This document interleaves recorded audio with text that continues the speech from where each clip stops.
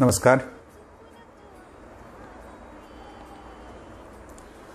आवाज येतो का बघा? नमस्कार.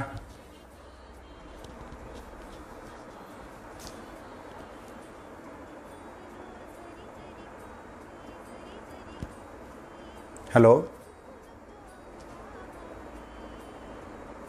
चला, ओके. नमस्कार. मी प्राध्यापक डॉक्टर सतीश कदम,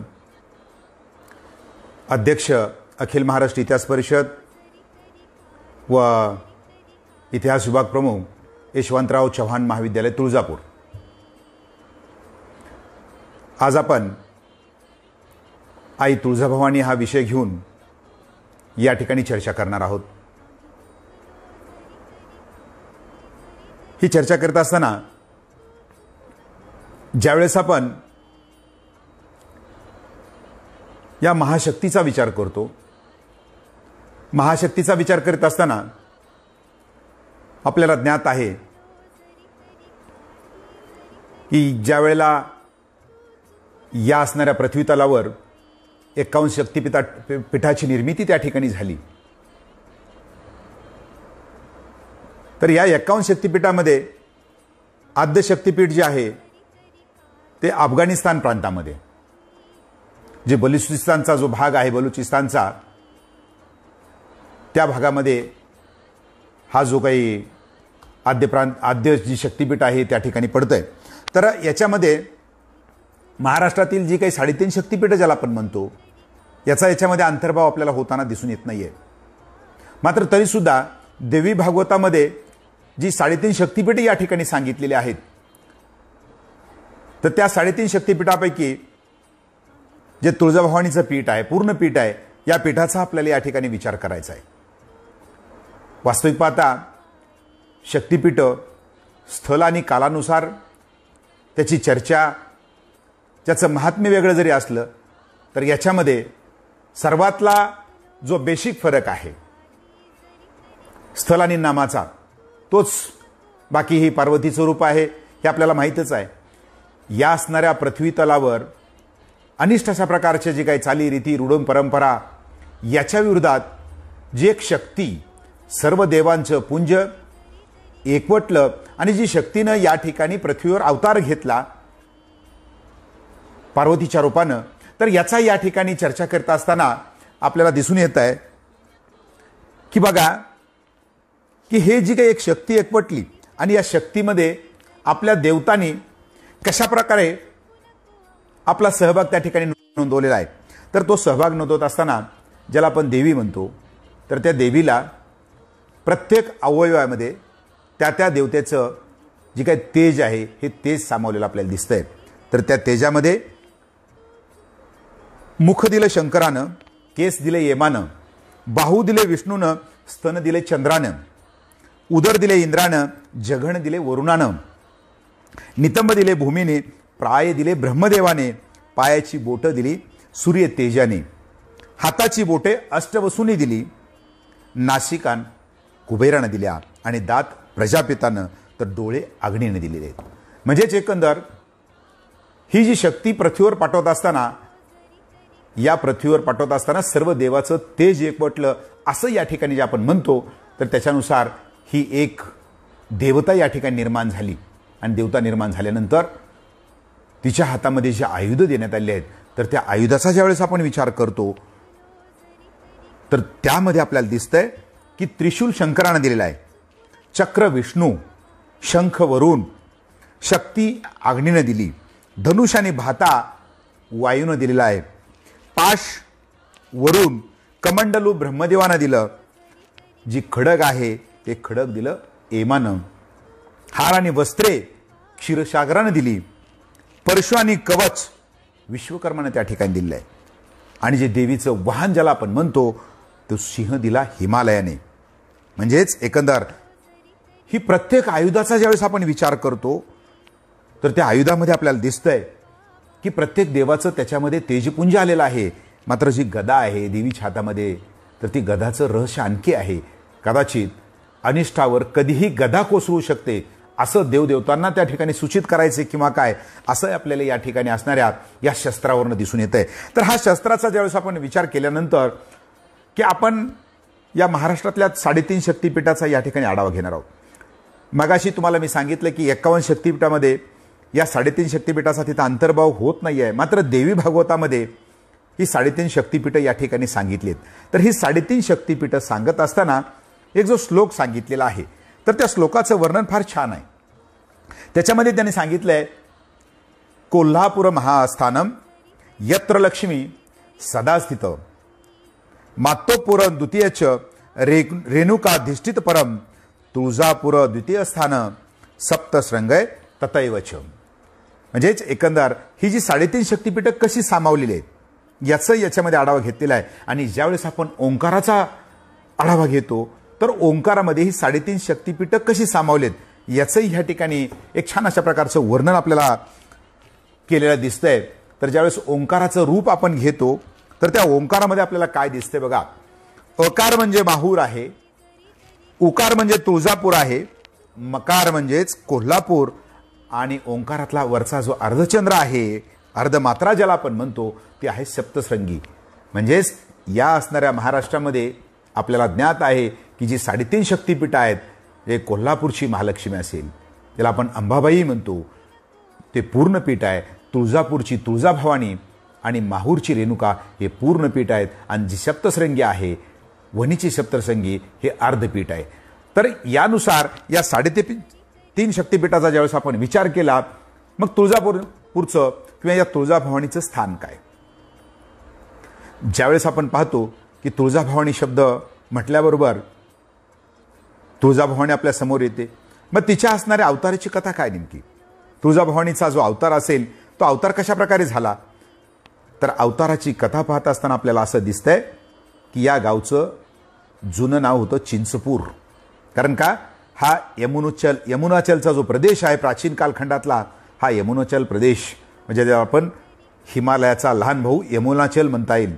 तर या असणाऱ्या यमुनाचल प्रदेशामध्ये त्या कालखंडामध्ये म्हणजेच एकंदर कृतयुगामध्ये हा जो भाग आहे इथला दंडकारण्याचा भाग, तर या दंडकारण्याच्या भागामध्ये कधी काळी एक कर्दम ऋषी राहतोय. तर या कर्दम ऋषीची जी पत्नी आहे सती अनुभूती, सुंदर अशा प्रकारची पत्नी त्याला लाभलेली आहे. आणि त्याच्यापासून या अनुभूतीला गर्भधारणाही त्या ठिकाणी झाली. अतिशय छान अशा प्रकारचा संसार चालला. मात्र दुर्दैवाचा फेरा त्यांच्यामध्ये आडवा आला आणि अचानकपणे जी काही ऋषी आहेत कर्दम ऋषी यांचं त्या ठिकाणी निधन झालेलं आहे. कर्दम ऋषीचं निधन झाल्यानंतर सती अनुभूती जी पतिव्रता आहे, ती सती अनुभूती सतीच जायला निघालेली आहे. मात्र त्यावेळेस गरोदर सर्वांनी विनंती केली आणि तिनेही त्या ठिकाणी निश्चय केला की ठीक आपण या आपल्या बाळासाठी थांबायचं आहे. आणि थांबल्यानंतर थोड्या दिवसामध्ये छान अशा प्रकारचं गोंडस मुलगा तिला झाला. त्याला आश्रमामध्ये पोहोचवलं आणि आपलं संपूर्ण आयुष्य या अनुभूतीनं आता देवकार्यामध्ये त्या ठिकाणी वाहून घेतलेलं आहे.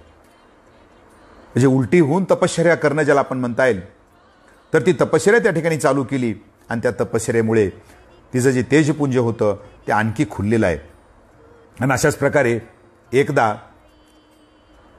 एक तपश्चर्या करीत असताना अचानकपणे कुकुर नावाचा राक्षस जो होता तो राक्षस त्या ठिकाणी आला. आणि राक्षस आल्यानंतर या सतीकडे बघून तो मोहित झाला आणि मोहित होऊन या सतीला त्यानं स्पर्श करण्याचा त्या ठिकाणी प्रयत्न केला आहे. तर तिची ज्यावेळेस तपश्चर्या भंग झाली, तिच्या लक्षात आलं बाका प्रसंग आपल्यावर उद्भवलेला आहे. यावेळेला या सतीनं धावा करायला सुरुवात केला. पार्वतीचा धावा त्या ठिकाणी करायला सुरुवात केला.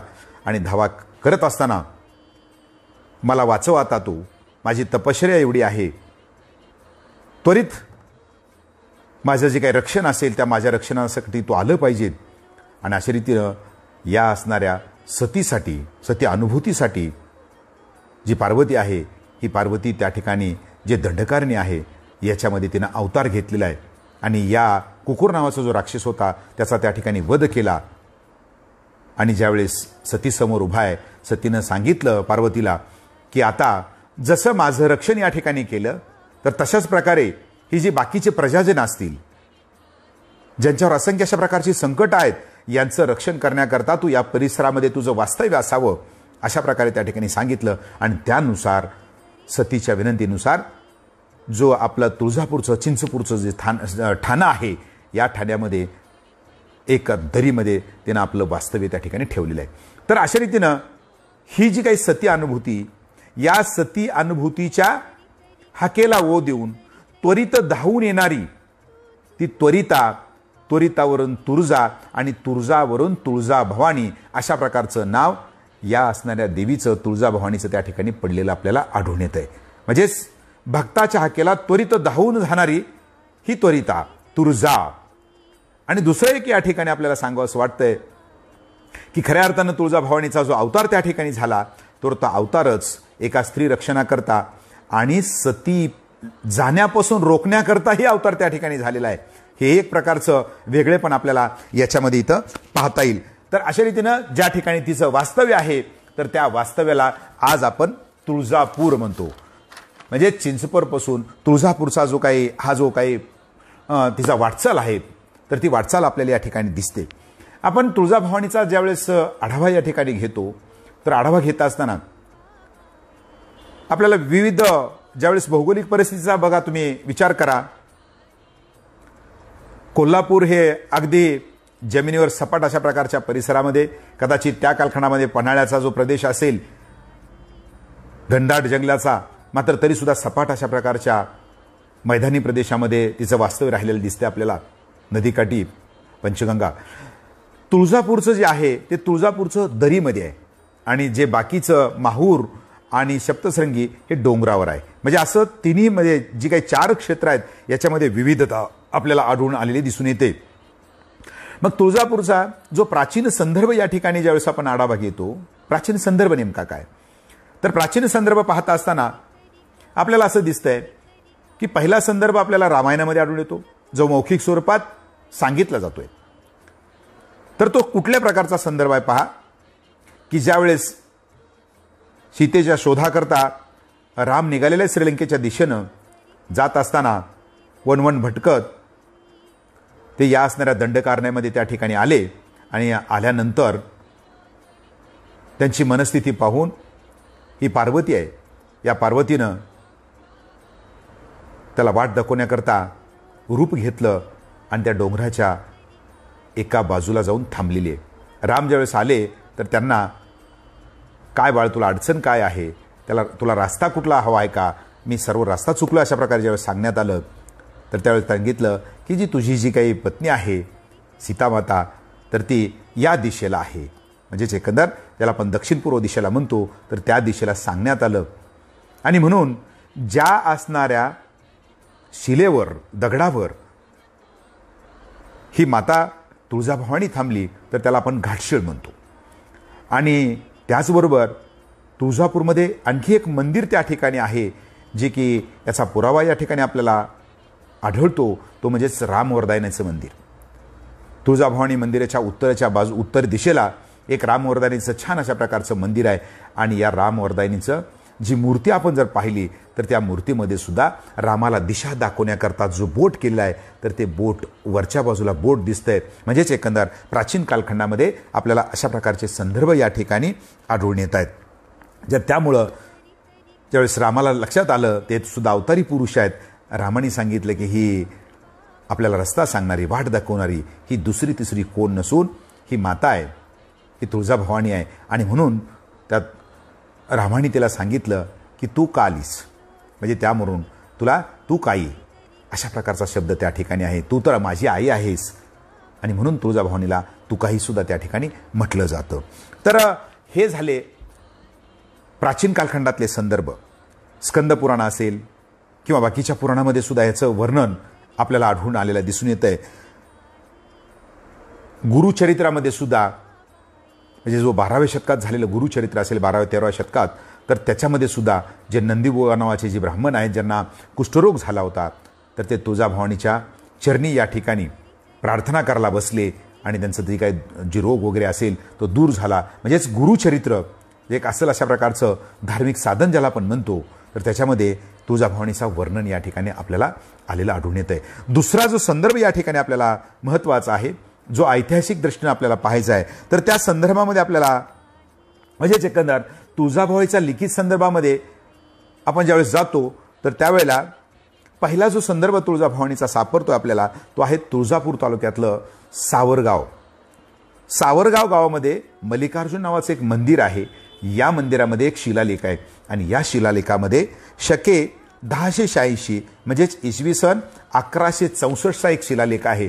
तर त्या शिलालेखामध्ये कदंब राजा भरुडदेव, त्या असणाऱ्या कदंब राजानं, भरुडदेव नावाच्या राजानं, त्याचा जो काही सेवक आहे तिथला भाली, या भालीनं देवीच्या उत्पन्नाकरता, देवीच्या असणाऱ्या पूजा अर्चेकरता जे काही दानपत्र दिलेलं आहे, या दानपत्राचा उल्लेख आपल्याला सावरगाव गावामध्ये त्या ठिकाणी दिसतोय. आणि दुसरा एक उल्लेख आपल्याला त्याच्याच बाजूचं असणारं जे गाव आहे काटी, तर त्या काटी गावामध्ये खरं तर तुळजाभवानी शब्द लिहिला हा पहिला संदर्भ म्हणून मी याच्याकडे नेहमी पाहत असतो किंवा कुठल्याही व्याख्यानामध्ये याचा आवर्जून मी उल्लेख त्या ठिकाणी करतोय.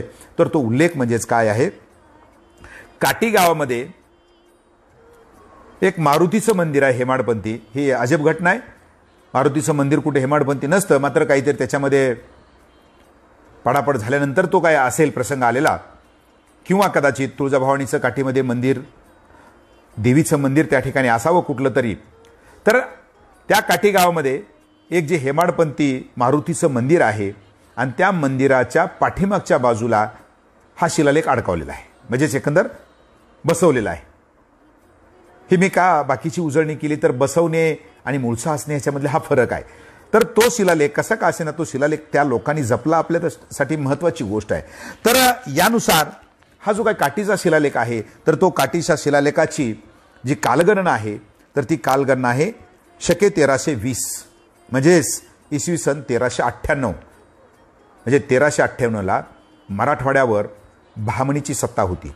तर त्या बहामणीच्या सत्तेच्या कालखंडामध्ये फिरोजशाह बहामणी याच्या राज्यकारभारामध्ये त्यावेळेला परसराम गोसावी नावाचा कुणी जो पुरुष असेल किंवा माणूस आहे, भक्त आहे, त्या भक्तानं त्या शिलालेखामध्ये एक छान वर्णन केलं आहे. लांब जवळपास 2.5-3 फूट लांबीचा शिलालेख आहे तो 1398चा. तर त्या शिलालेखामध्ये तो काय म्हणतोय की मी तुळजापूरला गेलो, तुळजाभवानीला गेलो, तुळजाभवानीच्या त्या ठिकाणी असणाऱ्या मूर्तीची प्रतिष्ठापना केली, त्याच्या पूजेची व्यवस्था केली आणि बाकीच्या ओवऱ्या बांधल्या. म्हणजे एकंदर 1398 साली मूर्तीची प्रतिष्ठापना केली, अशा प्रकारचा उल्लेख तुळजापूर तालुक्यातल्या खेडेगावमध्ये एका काटी गावामध्ये त्या ठिकाणी सापडतंय. साहजिकच आहे, काटी हे त्या कालखंडातलं एक मोठं ऐतिहासिक अशा प्रकारचं ठाणं राहिलं आहे. लष्कराचं ठाणं असेल कदाचित, तर त्या ठिकाणी हा उल्लेख इथं सापडतोय आणि त्या उल्लेखामध्ये तुळजाभवानी अशा प्रकारचा जो संदर्भ असेल, हा अशा प्रकारचा संदर्भ आपल्याला 1398 साली त्या ठिकाणी सापडतोय. आणि त्यामुळं तुळजाभवानीचं जे महात्म्य असेल ते 13व्या शतकापर्यंत इथं आपल्याला अस्सल अशा प्रकारच्या संदर्भामध्ये जाऊन आपल्याला ताडता येतं, पडताळता येतं. त्यानंतर आपल्याला ज्यावेळेस आपण तुळजापूरमध्ये आलो, मुख्य मंदिराकडे आता आपण येऊया. तर मुख्य मंदिराकडे आल्यानंतर आपल्याला माहीत आहे की मुख्य मंदिर कशा स्वरूपातलं आहे. आपल्याला बऱ्याच वेळेला भावना होते तुळजाभवानी म्हणल्यानंतर या महाराष्ट्रांची कुलदैवता आहे, छत्रपती शिवरायांची कुलदैवता आहे, भोसले घराण्याची कुलदैवता आहे, त्याचबरोबर असंख्य अशा प्रकारच्या सरदार मंडळीची ती कुलदैवता आहे. एवढंच नाही तर तुळजाभवानीच्या सेवेकरता जी काही 4 मठ आहेत तुळजापूरमध्ये, तर या मठाकरता जवळपास 4-4.5 हजार 4,300 एकर जमीन दान त्या ठिकाणी विविध राजा महाराजांनी दिलेली आहे. मग आपल्याला असं वाटायला लागतं की तुळजाभवानीच्या सेवेकरता 4,500 एकर जर जमीन असेल, मग तुळजाभवानीचं मंदिर किती भव्य असलं पाहिजे. अर्थात जी लोक आली नाहीत त्याच्यासाठीचा हा संदर्भ आहे. मात्र मी तुम्हाला सांगू इच्छितो की हा कागद तुम्ही पाहू शकता. मी तुळजापूरचा या देवीचा जो नकाशा असेल, हा नकाशा सुद्धा त्या ठिकाणी प्राप्त केलेला आहे, मंदिराचा मूळ नकाशा. तर या नकाशामध्ये तुम्हाला काय दिसते बघा, म्हणजे मंदिर कशा स्वरूपातलं आहे तुम्ही पाहू शकता की इथून ज्यावेळेस आपण म्हणजे प्रवेश करतो, आता बघा इथं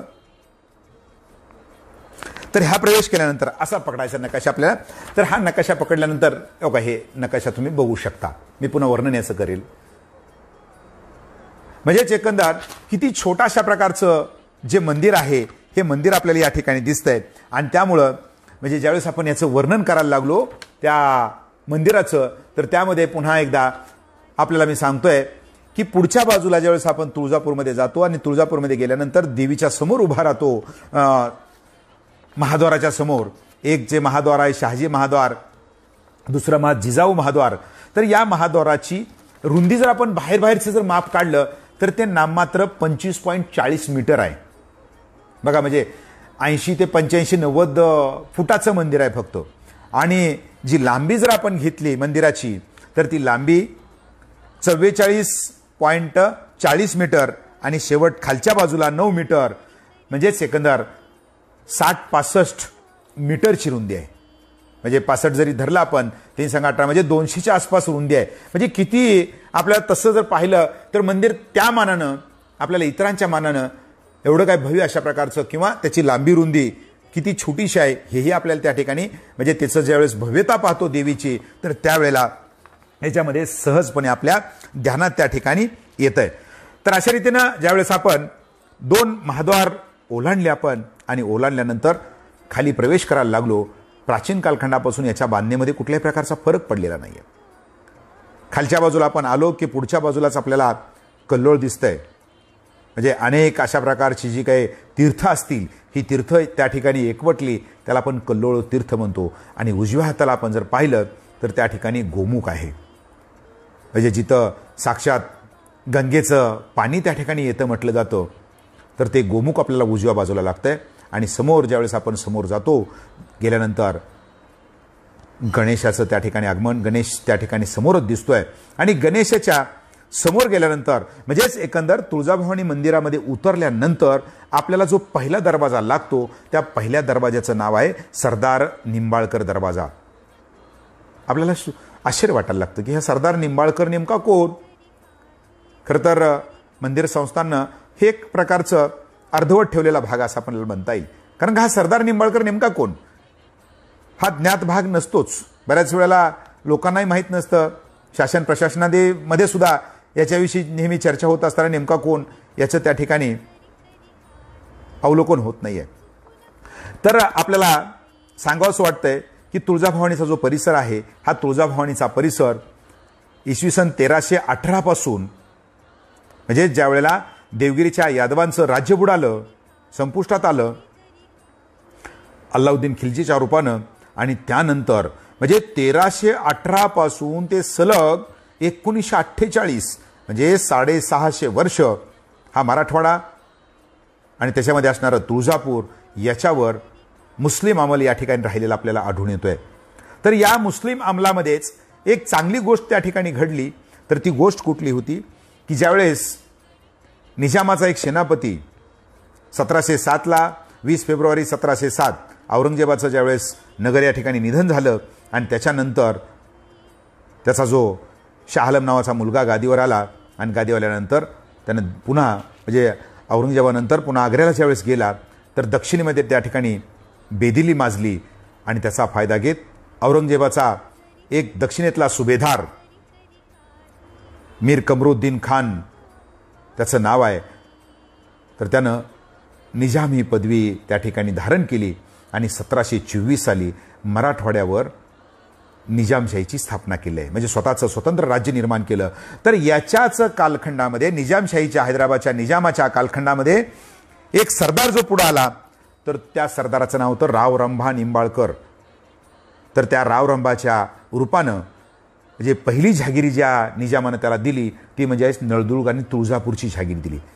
पुन्हा त्याच्याकडे भरपूर जहागिरी आहेत. माड्याची जहागिरी आहे, करमाळ्याची जहागिरी आहे, आंबडची जहागिरी आहे, बऱ्याचशा जहागिरी त्यांच्या त्या ठिकाणी आहेत. मात्र तुळजापूरची जहागिरी त्यांच्याकडे राहिली आणि राहिल्यानंतर 1710 साली आज जो आपल्याला तुळजाभवानीच्या बाजूची जी काही तटभिंत आहे, तुळजाभवानीच्या बाजूचे काही जे काही ओवऱ्या वगैरे आहेत, म्हणजे जे काही आधुनिक मध्ययुगीन कालखंडातलं पेशवे कालखंडातलं बांधकाम आपल्याला दिसतंय, तर ते बांधकाम पाहत असताना हे बांधकाम रावरंभा निंबाळकरनी त्या ठिकाणी पूर्ण केलं आणि म्हणून त्याला सरदार निंबाळकर दरवाजा असं त्या ठिकाणी म्हटलं होतं. म्हणजे जे बाहेरचं बांधकाम आहे हे बाहेरचं बांधकाम साहजिकच आहे की साधारणतः 1710 सालचं आहे आणि म्हणून त्याला सरदार निंबाळकर दरवाजा असं म्हटलं जातं.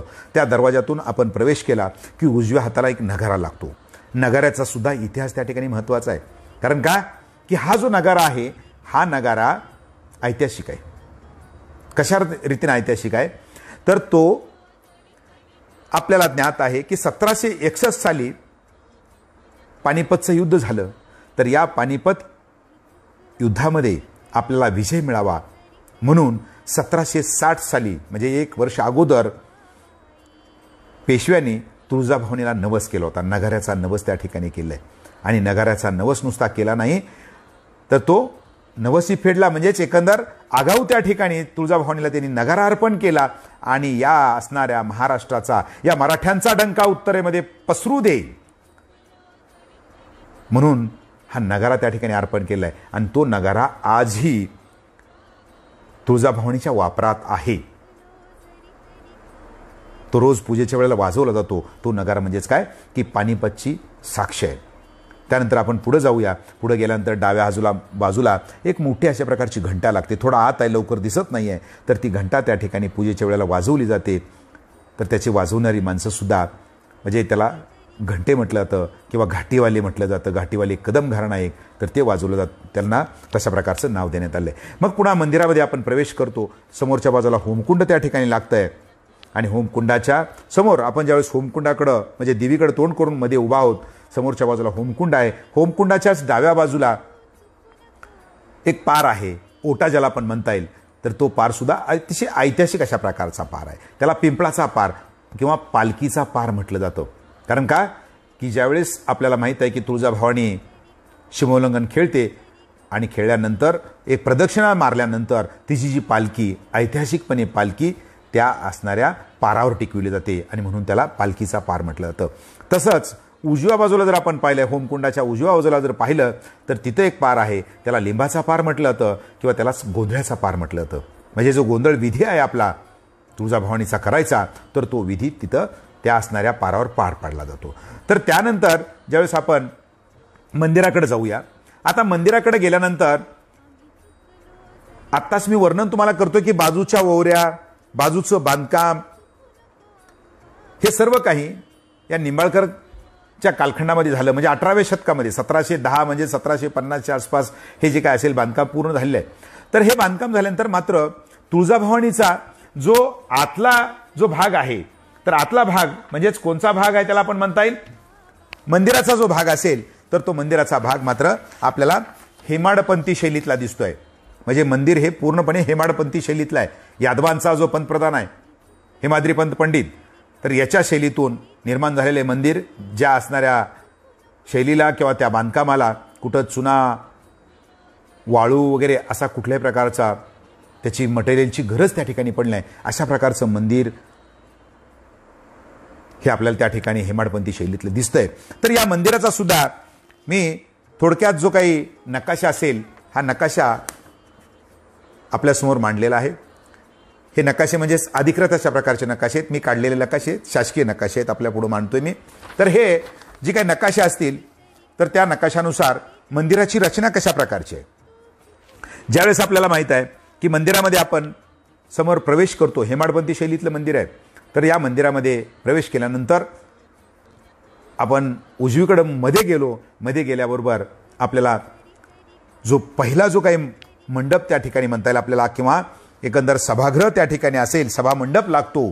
तर त्या सभा मंडपामध्ये आपण पाहिलं असेल की पाठीमागच्या बाजूला आपल्याला किंवा उजव्या हाताला प्रवेश केल्यानंतर उजव्या हाताला भवानी शंकराचं मंदिर त्या ठिकाणी आहे. म्हणजेच एकंदर पुढच्या बाजूला पार्वती आणि एकदम त्यांच्या समोर जो असेल हा समोरच्या बाजूला आपल्याला भवानी शंकर हे समोरासमोर त्या ठिकाणी आहेत. आणि त्याच्याच जो मंडप आहे भव्य अशा प्रकारचा जो मंडप आहे तर त्या मंडपामध्ये आपण त्याला सभागृह म्हटलं जातं आमच्या ऐतिहासिक ह्याच्यामध्ये मूर्तिशास्त्र किंवा एकंदर प्राचीन याच्यामध्ये मंदिर शैलीमध्ये. तर त्याच्यामध्ये हा जो भवानी शंकराचा जो मंडप आहे तर तो भवानी शंकराचा जो मंडप 11 मीटर बाय 11 मीटर लांबी आणि रुंदीचा आहे. तर या मंडपामध्ये ज्याला आपण 16 खांबावर हा मंडप उभा आहे असं ऐतिहासिक भाषेमध्ये त्या ठिकाणी सांगितलं होतं. तर या मंडपाचं आणखी एक वैशिष्ट्य आहे, या सभागृहाचं आणखी एक वैशिष्ट्य आहे. तर ते वैशिष्ट्य म्हणजे काय की तिथं वरच्या बाजूला एक घंटा आहेत, ऐतिहासिक अशा स्वरूपातल्या घंटा. आपल्याला माहीत असेल की त्या घंटेचा जर आपण आकार पाहिला तर तो आकार अगदी शिखर शिंगणापूरला जशा प्रकारची घंटा आहे तशाच प्रकारची घंटा या तुळजाभवानीच्या मंदिरामध्ये सुद्धा आपल्याला आढळून येते.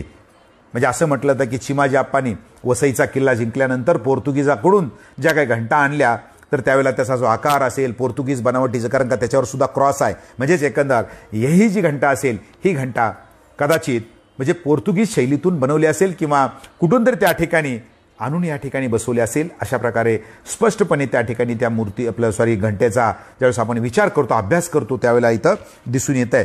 त्याच्यानंतर ज्यावेळेला आपण आता मंदिरामध्ये प्रवेश केलेला आहे, आपण देवीच्या समोरच्या बाजूला पहिल्या गाभाऱ्यामध्ये आपण उभा आहोत. उभा राहिल्यानंतर आत्ताच सांगितलं तुम्हाला जी घंटा आहे आणि त्या घंटेतून प्रवेश केला किंवा प्रवेश करत असताना ज्याला देवीचं पूर्वेकडलं द्वार म्हटलं जातं, आता त्याला चांदीचं द्वार सुद्धा किंवा चांदीचा दरवाजा म्हटलं जातं. तर या चांदीच्या दरवाजाची रचनाही फार छान केलेली आहे की त्याच्यामध्ये एक छोटंसं छिद्र ठेवलं आहे.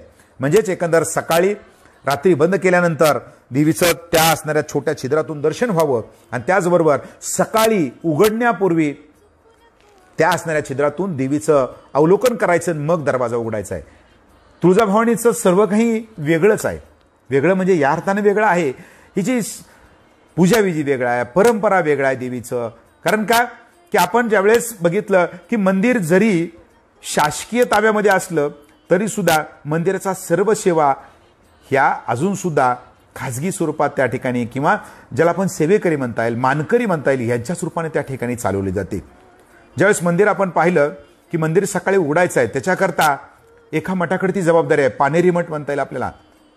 त्या पानेरी मठाकडे ही जबाबदारी आहे. म्हणजे सकाळच्या वेळेला ज्यावेळेस इथं असणारे जे महंत आहेत हे महंत मंदिरामध्ये प्रवेश करतायत तर ती प्रवेश केल्यानंतर मगाशी सांगितलेली घंटा आपल्या कमरेची चावी काढायची, त्या घंटा वाजवायची चावीनं, त्याच्यानंतर त्या छिद्रातून पाहायचं, मग मंदिर उघडायचं. म्हणजेच एखादं रात्रीचं दागदागिना असेल, बाकीची व्यवस्था कुठलं काही हालचाल तर झाली नाही ना, हे पाहिल्यानंतर मग मंदिर उघडायचं. म्हणजे अशा प्रकारची जी परंपरा असेल हे अखंड चाललेली आहे. तर त्यानंतर आपण पहिल्या असणाऱ्या सभागृहातून आता आतल्या बाजूला प्रवेश केला. आतल्या बाजूला प्रवेश केल्यानंतर आपल्याला जो दुसरा मंडप त्या ठिकाणी लागतो तर दुसरा मंडप कुठला आहे तर त्याला आपण सिंहाचा गाभारा म्हटलं जातं. म्हणजेच एकंदर देवीचं जे वाहन आहे, देवीचं वाहन सिंह आहे. कारण का सर्वात शक्तिशाली प्राणी कुठला असेल तर तो सिंह आहे. तर या सिंहाचं समोरच त्या ठिकाणी बैठक आहे. जसे महादेवाच्या मंदिरामध्ये नंदी असतो तसं देवीच्या समोरच्या बाजूला हा सिंह असतो. तर हा सिंहाचा गाभारा या ठिकाणी आहे. आणि त्याचबरोबर या सिंहाच्या गाभाऱ्यामध्ये उभा राहिल्यानंतर उजव्या बाजूला ज्यावेळेस आपण पाहतो तर तिथं देवीचं शयनकक्ष आहे. तर हे शयनकक्ष उजव्या बाजूला पाहिल्यानंतर ज्यावेळेस आपण आत जातो आणि आत गेल्यानंतर एकदम आतल्या बाजूला आपल्याला मुख्य अशा प्रकारचं ज्याला आपण गाभारा म्हणता येईल, गर्भगृह म्हणता येईल त्याला, तर तो गर्भगृह त्या ठिकाणी आहे. आणि या गर्भगृह किंवा मुख्य गाभारा देवीचा, जिथं देवीचं सिंहासन आहे, हे देवीचं सिंहासन 2.70 मीटर बाय 2.70 मीटरचं त्या ठिकाणी सिंहासन आहे. म्हणजे साधारणतः 9.5 बाय 9.5चं सिंहासन त्या ठिकाणी आहे. आणि या सिंहासनावर आपली जी काही तुळजाभवानीची भव्य दिव्य अशा प्रकारची जी मूर्ती आहे ही मूर्ती त्या ठिकाणी स्थानापन्न झालेली आपल्याला दिसून येते. तर या मूर्तीचं सुद्धा ज्यावेळेस आपण वैशिष्ट्य पाहतो तर मूर्तीचं वैशिष्ट्य पाहत असताना आपल्याला प्रथमतः ज्या ठिकाणी आपल्या नजरेसमोर आणतोय मी, ही अशा प्रकारची जी मूर्ती आहे हे आपण पाहू शकता. बिना वस्त्रातले जी मूळ मूर्ती असेल हे मूर्तीची जी प्रतिमा अशा स्वरूपातली आहे. याचं सर्वात महत्त्वाचं वैशिष्ट्य सांगून आपण ह्या मूर्तीचं पुन्हा वर्णन करतोय. आता मी इथं खालच्या बाजूला तुम्ही पाहाल तर खालच्या बाजूला या मूर्तीला म्हणजे महाराष्ट्रात असेल, देशात असेल, एक वेगळं वैशिष्ट्य या मूर्तीचं काय बघा, तर ते वेगळं वैशिष्ट्य हे आहे तुळजाभवानीचं की ही मूर्ती चलमूर्ती आहे.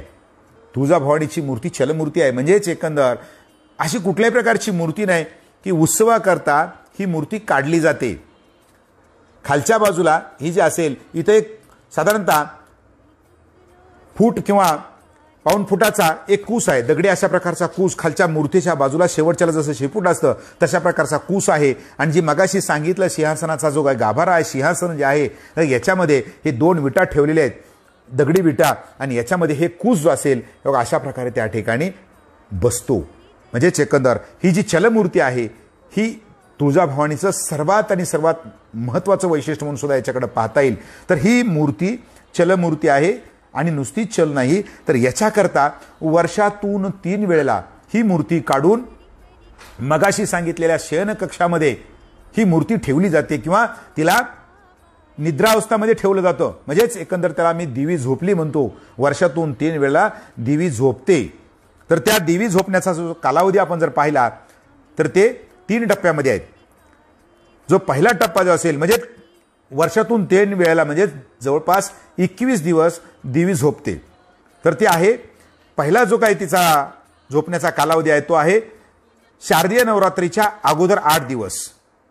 म्हणजे घटस्थापना व्हायचे त्या दिवशी देवी उठते, त्याच्या अगोदर 8 दिवस देवी झोपते. त्यानंतर जो नवरात्रीचा जो काही कालावधी आहे 9 दिवसाचा, विविध प्रकारची जी काही युद्ध ती खेळते त्या 9 दिवसामध्ये, आणि त्याच्यानंतर सीमोल्लंघन केलं जातं. आणि म्हणून मगाशी सांगितलेलं वाक्य या ठिकाणी हेच आहे की ही जी मूळ मूर्ती आहे ही मूळ मूर्ती काढून जी काही पलंग असेल किंवा पालखी जी आहे या पालखीमध्ये मूळ मूर्ती ठेवली जाते आणि मूळ मूर्ती ठेवून तिची प्रदक्षिणा म्हणजेच एकंदर देवीची जी प्रदक्षिणा मंदिराभोवती केली जाते. याच्याकरता बाकीच्या ठिकाणी उत्सव मूर्ती ठेवलेल्या असतात, मात्र इथं मूळची मूर्ती आहे. हा तुळजाभवानीचा आणि बाकीच्या देवदेवतांचा सर्वातला बेसिक फरक असं आपल्याला या ठिकाणी म्हणता येईल. म्हणजेच एकंदर सीमोल्लंघन झालं की पुन्हा 6 दिवस आणि त्याच्यानंतर अशाच प्रकारे आणखी एक महत्त्वाचं तुळजापूरमध्ये आहे.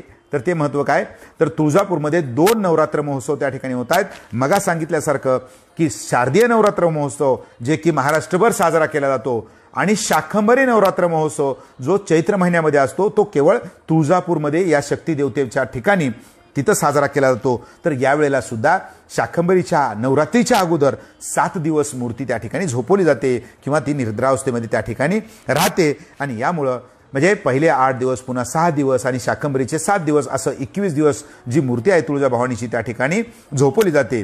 त्यानंतर आपण मूळ मूर्तीकडे या ठिकाणी येऊया की देवीचं तुळजाभवानीचं जी काही मूर्ती असेल या मूर्तीचं वर्णन आपल्याला करायचं आहे. तर साधारणतः ही उजवी बाजू आपली समजा देवीची उजवी बाजू असेल तर खालून आपण ज्यावेळेस वर जाऊया खालच्या बाजूनी, तर खालच्या बाजूनी वर जात असताना शेवटच्या म्हणजे पहिल्या शेवटची आपण जर हा भाग घेतला तर या भागामध्ये आपल्याला काय दिसतंय बघा की इथं जो महिषासूर आहे राक्षस ज्याच्याबरोबर देवी युद्ध खेळली, तर ते राक्षस या ठिकाणी देवीनं आपल्या उजव्या पायाखाली घेतलेला आहे. त्याचं डोकं जे असेल या डोकं काढलेलं आहे, त्याचा वध त्या ठिकाणी केलेला आहे.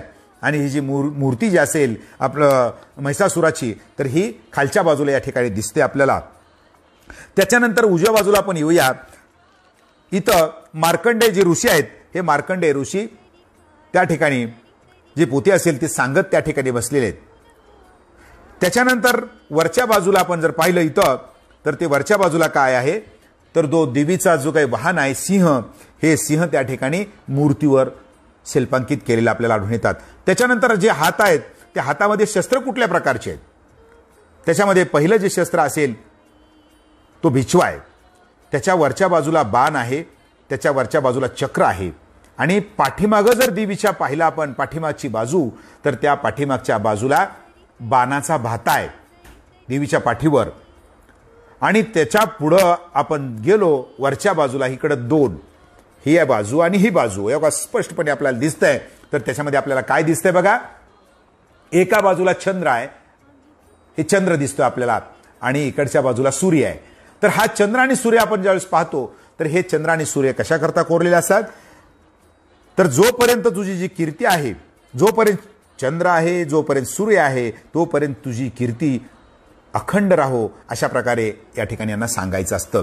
त्यानंतर ज्यावेळेस देवीच्या आपण वरची बाजू घेतली तर त्या वरच्या बाजूला देवीच्या तुम्ही कपाळावर त्या ठिकाणी पाहिलं तर त्यामध्ये आपल्याला स्वयंलिंग लिंग आहे, म्हणजे जी शिवाची पत्नी त्या ठिकाणी दर्शवते.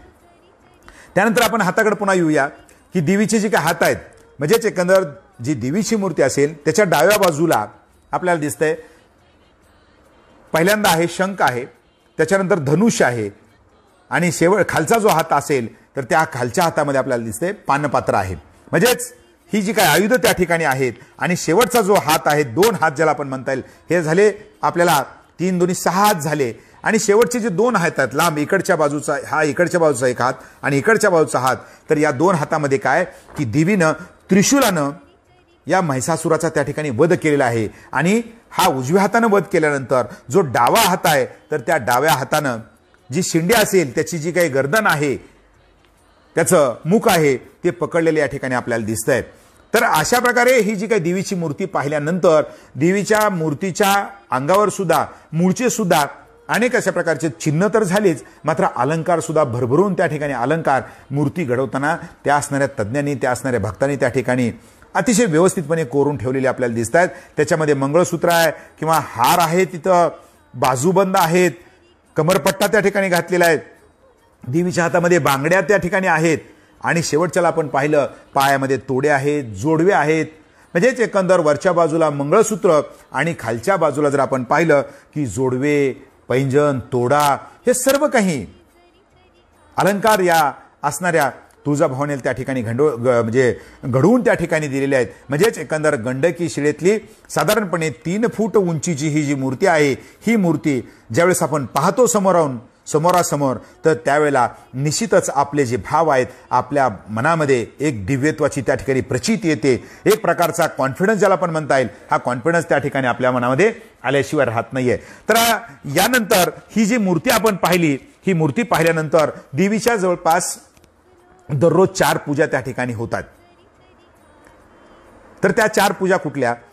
2 जे पूजा आहेत त्या मुख्य पूजा आहेत आणि बाजूच्या 2 पूजा ज्या आहेत त्याला आपण उपपूजा म्हणतो. म्हणजेच एकंदर सकाळी जे मंदिर उघडलं जातं ते सुद्धा विधीपूर्वक त्या ठिकाणी मंदिर उघडलं जातं.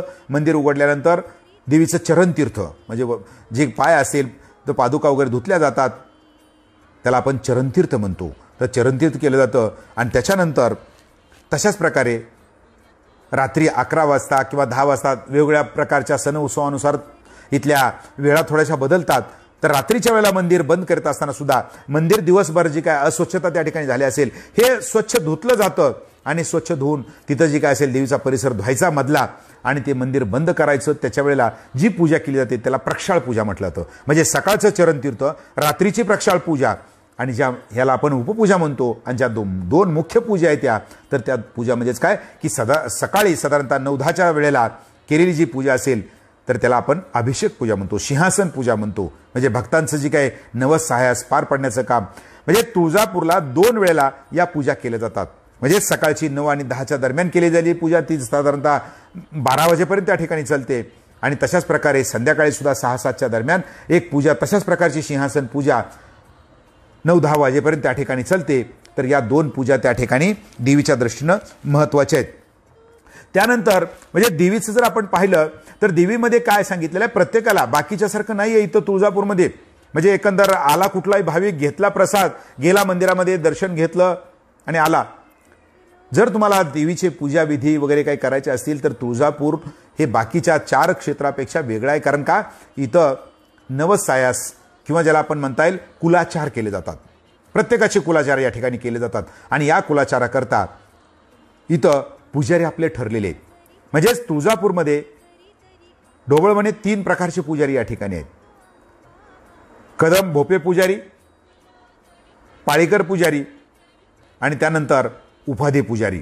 म्हणजेच हे जे 3 प्रकारचे पुजारी त्या ठिकाणी आहेत, तर या पुजाऱ्याकडे जर आपण आपलं पारंपरिकपणे त्यांना सांगितलं की आम्ही या गावचे आहेत, लगेच तो सांगेल पुजारी की नाही तुम्ही याच्याकडे जावा, तुमचं गाव या पुजाऱ्याकडे होतं. म्हणजे बाड मेंटेन करण्याचं काम. बाड म्हणजेच एकंदर त्यावेळेचं जे जुन्या डायऱ्या वह्या त्याला आपण बाड म्हणतो, चोपडा म्हणतो. तर तिथं तुळजापूरमध्ये प्रत्येकाच्या घरी आढळून येईल आणि गेल्यानंतर ते सांगतील तुम्हाला की तुमचं गाव याच्याकडे होतं आणि तुम्ही याच्याकडे जावा. मग तुम्हाला तो तिथं गेल्यानंतर लगेचच पुजारी दाखवेल की तुमचा आजोबा आला होता, तुमचं कोण कोण आलं होतं. तर अशा प्रकारचं बाड त्या ठिकाणी आपल्याला दिसतंय. मला परवाच यशवंतराव चव्हाण साहेबाचं अगदी त्यांच्या पंजोबापासूनचं जे काही बाड असेल किंवा एक कागद त्या ठिकाणी सापडला. म्हणजे कधी आलो, काय गेलो. यशवंतरावनी सुद्धा 4 वेळेला तुळजाभवानीला आले आणि तुळजाभवानीला आल्यानंतर त्यांनी प्रत्येक वेळेला सही केलेली आहे की या दिवशी या तारखेला आलो. म्हणजेच एकंदर ही तुळजापूरचं वेगळं वैशिष्ट्य आहे. म्हणजे तुम्ही पुजारीच्या घरी गेल्यानंतर तुम्हाला जे पूजाविधी कुठले करायचे आहेत ते पूजाविधी त्या ठिकाणी सांगतायत.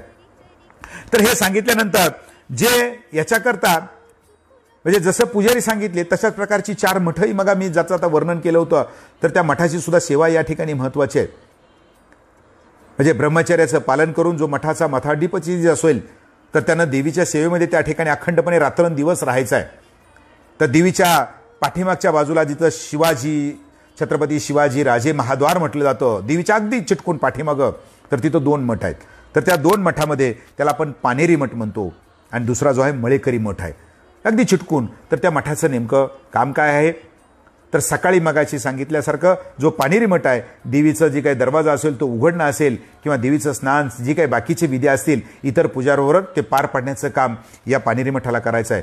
आणि दुसरं जो मळेकरी मठ आहे, फुलं देणं असेल देवीला किंवा गंध लावणं असेल, हे गंध तयार करण्याचं काम, हे सर्व काही या असणाऱ्या मळेकरी जो मठ आहे याला पार पाडावं लागतं. आणि त्याच्याचबरोबर सर्वात मोठी सेवा कुठली आहे, तर ती मोठी सेवा आहे तुळजाभवानीचं दागिनं सांभाळणं. म्हणजे ज्यावेळेला म्हणजे सकाळच्या पूजेच्या वेळेला संध्याकाळच्या पूजेच्या वेळेला 2 वेळेला जे काही तुळजाभवानीला अभिषेक केले जातात, सर्व काही दागिने असतात तिचे काढले जातात. तर या दागिन्याच्या वेळेला हे दागिनं एकमेकाला सांगून ठेवण्याचं काम, म्हणजे तुळजापूरचं एक वेगळं वैशिष्ट्य मगापासून मी तुम्हाला सांगितलं, इथं सर्वच वेगळं आहे. हे दागिनं काढायचं पुजाऱ्यानं किंवा तिथं असणारे बाकीचे जे महंत आहेत त्यांनी काढायचं आणि द्यायचं मळेकरी मठाच्या हातात. त्या मठामध्ये पतीनं ते ठेवायचं पेटीमध्ये, सांगितलं हे तुला पोचलं. मग ते भंडारगृहामध्ये न्यायचं, चोपदार वगैरे सर्व मंडळी असतात, बाजूला असणारं जामदारखाना आहे त्याच्यामध्ये ते ठेवायचं. म्हणजेच एकंदर एकमेकाचं क्रॉस चेकिंग करण्याचं काम सुद्धा प्राचीन कालखंडापासून या तुळजाभवानीच्या रूपाने इथं जपलेलं आपल्याला त्या ठिकाणी दिसतंय. आणि त्याचबरोबर बाजूला एक भारतीबुवाचा जो मठ आहे, या भारतीबुवाच्या मठामध्ये सुद्धा आपल्याला काय दिसतंय, ही देवीची वेगळ्या प्रकारची सेवा आहे.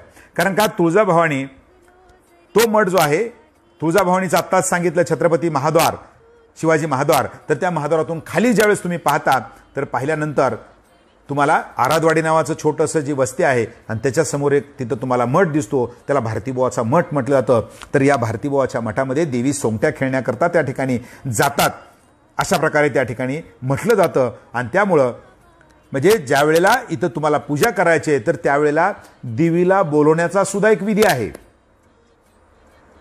म्हणजेच प्रत्येक वेळेला ज्यावेळेस इथं पंचामृत अभिषेक वगैरे पूजेची तयारी सर्व झाली, पुजारी आले की तिथं मोठी आरोळी त्या ठिकाणी ठोकायची आहे. म्हणजे त्या कालखंडामध्ये त्या असणाऱ्या परिसरामध्ये जी काही छोटी वस्ती असेल किंवा तिथं बैलगाड्या सुटलेले सर्व लोक असतील तर यांना ऐकू जावं, आणि म्हणून देवी हो लवकर या, पूजेची तयारी झाली, ही आरोळी आजही चालू आहे.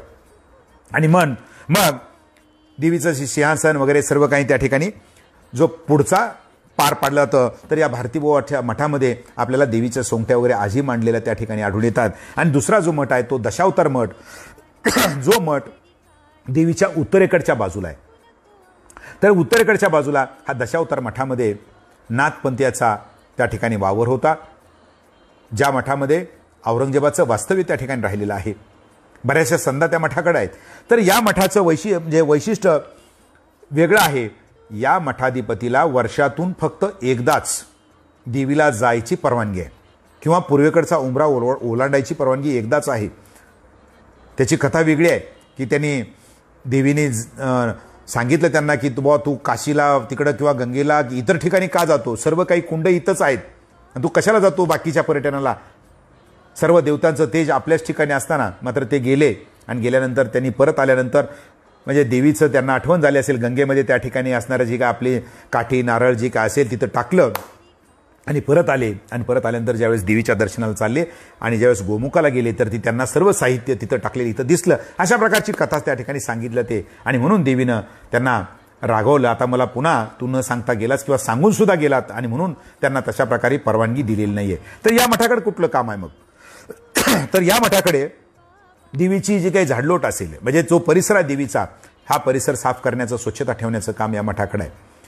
आणि म्हणून इथल्या प्रत्येकाला तशाच प्रकारची नावं सुद्धा आहेत.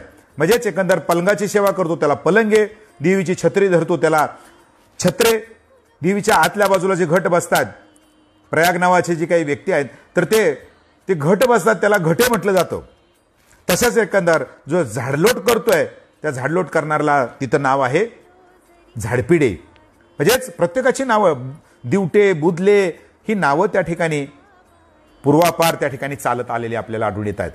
तर त्यानंतर देवीचं जो काय आज पूजा चालते, 1909 साली जो हैदराबादचा निजाम आहे, या निजामानं त्या कालखंडामध्ये देवीची पूजा कुणी कशी करावी याचा एक नियमावली घालून दिली आहे. तर त्याला आपण देवले कवायत कायदा म्हणतो. तर त्या देवले कवायत कायद्यानुसार आजची पूजा त्या ठिकाणी आपल्याला चाललेली आढळून येते. म्हणजेच उस्मानाबाद जिल्ह्याचे कलेक्टर हे जरी मंदिर ट्रस्टचे प्रमुख असले तरी सुद्धा इथं पुजाऱ्याकडून कशा प्रकारे पूजा केली जाते याच्याकरता सुद्धा ही नियमावली आत्ताच सांगितली तुम्हाला की त्याला देवले कवायत म्हटलं जातं. म्हणजे त्याच्यानुसारच तिथला कारभार आपल्याला चाललेला आढळून येतोय.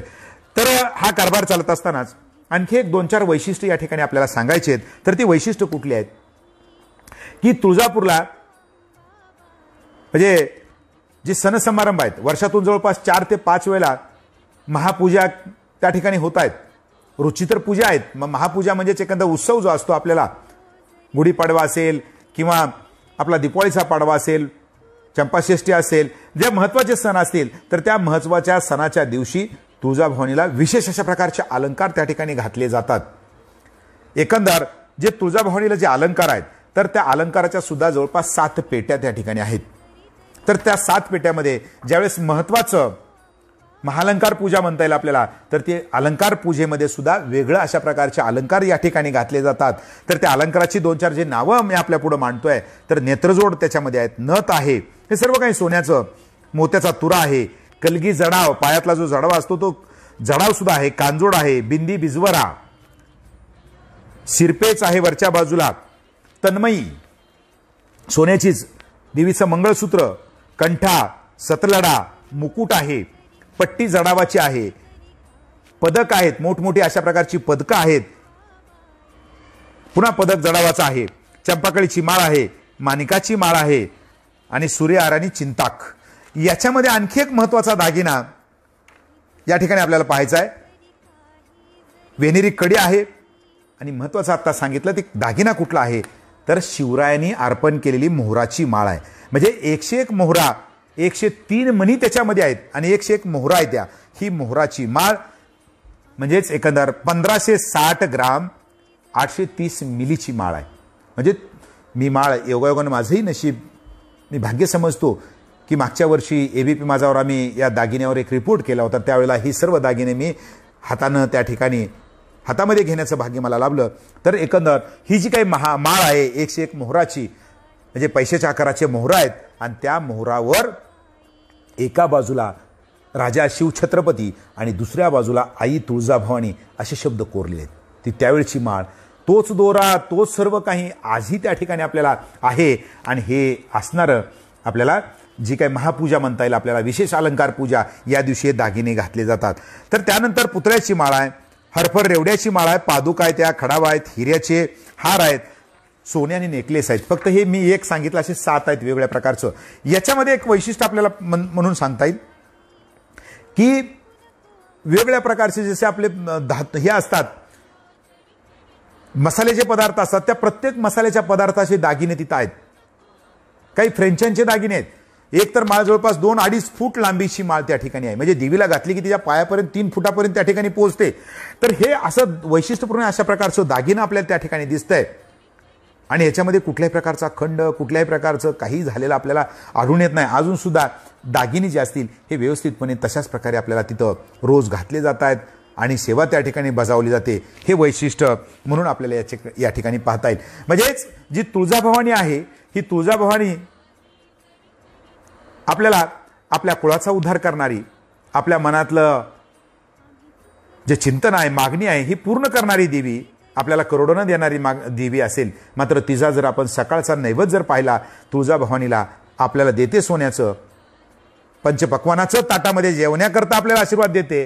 मात्र तुळजाभवानीचा पहिला नैवेद्य हा भाजी भाकरीचा असतो. म्हणजे तिची सुरुवात त्याच्याकरता सुद्धा पारंपरिक मानकरी त्या ठिकाणी ठरलेले आहेत. तर ते मानकरी म्हणजेच भाजी भाकरीचा उपरकर नावाची जी माणसं आहेत किंवा जे घर आहे तिला भाजी भाकरीचा नैवेद्य त्या ठिकाणी आणून दाखवतात आणि त्याच्यानंतर बाकीचे नैवेद्य सुरू होतात. मग दुसरा शाही नैवेद्य त्या ठिकाणी आहे कोल्हापूर संस्थानचा नैवेद्य जी ताराबाई साहेबांनी चालू केलेला आहे. तर तो ताराबाईंचा नैवेद्य आज इथं कोल्हापूर संस्थानचं एक स्वतंत्र अशा प्रकारचं कार्यालय आहे आणि या कार्यालयातून रोज नैवेद्य असेल, पानाचा विडा, हे सर्व काही रोजच्या रोज त्या ठिकाणी आजही दिलं जातं. आणि त्याचबरोबर आणखी एक महत्त्वाचा नैवेद्य त्या ठिकाणी आहे आणि तो नैवेद्य कुठला आहे तर रोज दुपारी हैदराबादच्या निजामाचा दिवाण चंदूलाल, तर या चंदूलालचा नैवेद्य आजही रोज दुपारी देवीला त्या ठिकाणी दाखवला जातोय. म्हणजेच कुतुळ जे घराणं आहे हे चंदूलालच्या वतीनं तिथं हा नैवेद्य दाखवत आहे. आणि त्याचबरोबर जे ब्रह्मवृंदा करून वर्षभरामध्ये वेगवेगळ्या प्रकारच्या पोथीचं पठण असेल, वेगवेगळ्या प्रकारचं जे काय असेल यज्ञ असतील, हे यज्ञ सुद्धा त्या ठिकाणी पार पाडले जातात. तर अशा वेळेला जे जेवळीकर असतील, ओहरीकर असतील किंवा इथं महत्त्वाचं याचं यजमानपद जे असेल या यज्ञाचं तर ते कोंडो घराण्याकडे दिलं जातं. तर त्या कोंडो घराण्याला त्या कालखंडामध्ये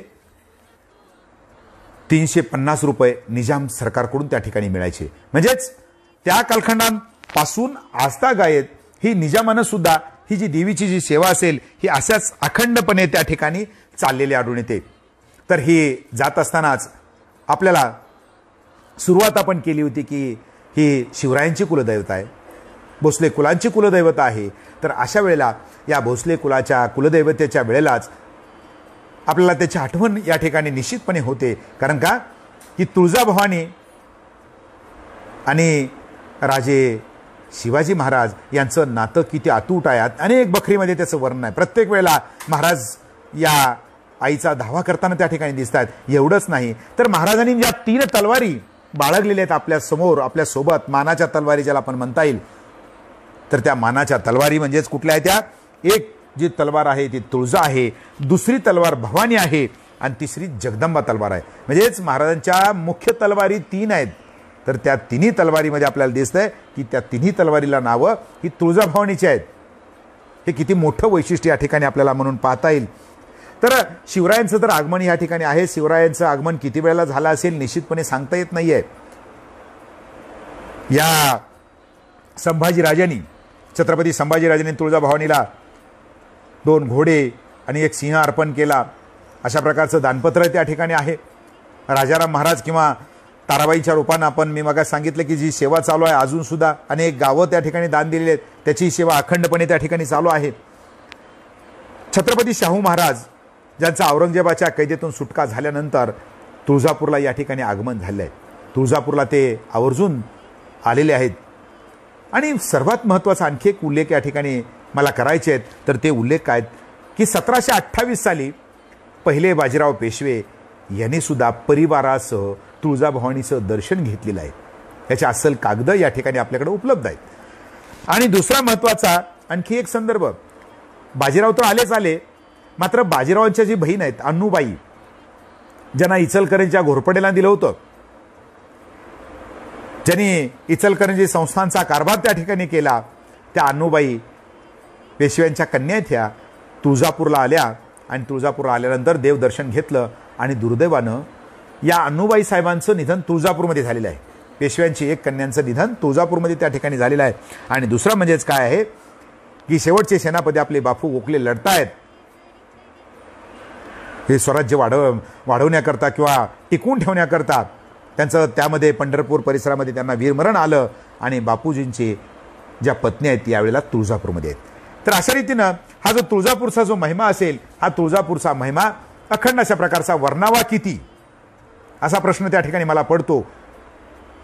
आणि म्हणून म्हणजे सर्वच काही एका कवेमध्ये आपल्याला सामावता येत नाहीये. कारण का मी तुळजाभवानीवर पुण्यनगरीमध्ये जवळपास 58 एपिसोड त्या ठिकाणी लिहिले आहेत, कॉलम लिहिले आहेत. त्याचबरोबर दिल्ली सरकारच्या वतीनं आकाशवाणी उस्मानाबादसाठी जवळपास 26 भागामध्ये ही मालिका त्या ठिकाणी आम्ही प्रसारित केली आहेत. म्हणून ओझरता उल्लेख या ठिकाणी आपला देवीचा मी करण्याचा प्रयत्न केला. आणि प्रयत्न करत असताना माझ्या वतीनं जेवढं मला शक्य होईल तेवढं देण्याचा या ठिकाणी मी प्रयत्न केलेला आहे. निश्चितच मला आनंद होतोय की आपल्या रूपानं देवीचं जी काही महिमा आहे हा माझ्या मुखातून वर्णन करण्याचं भाग्य मला आपण दिलं, त्याबद्दल आपले सर्वांचे मी या ठिकाणी आभार मानतो आणि आपली रजा घेतो. जय भवानी, जय